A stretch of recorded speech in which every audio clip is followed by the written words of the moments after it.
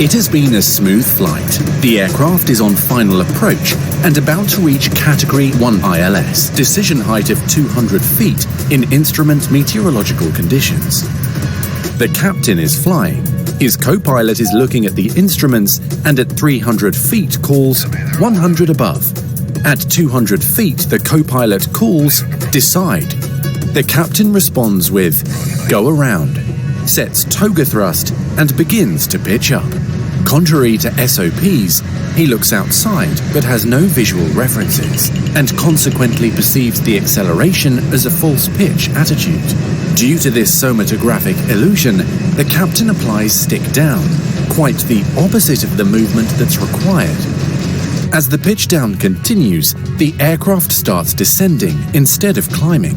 Earlier in the cockpit, the co-pilot stayed on the instruments and saw the pitch attitude reducing, the airspeed increasing, and he called out, pitch.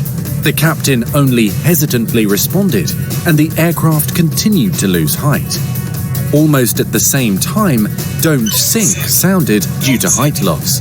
This supported the captain's acceptance of the co-pilot's call, and collision with the ground was averted. Accident and serious incident investigations have shown that collision with terrain is likely if the pilot flying is affected by sensory illusion and fails to respond to the pilot monitoring alert. For go-around, pilots need to react timely and with precision.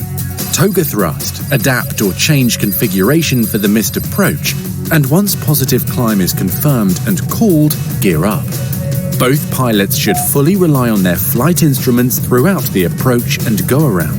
But it's absolutely critical that the pilot monitoring always stays on instruments and does not delay an alert call-out if the pilot flying fails to maintain go-around pitch attitude. Disorientation caused by sensory illusion should then be primarily a risk for the pilot flying only.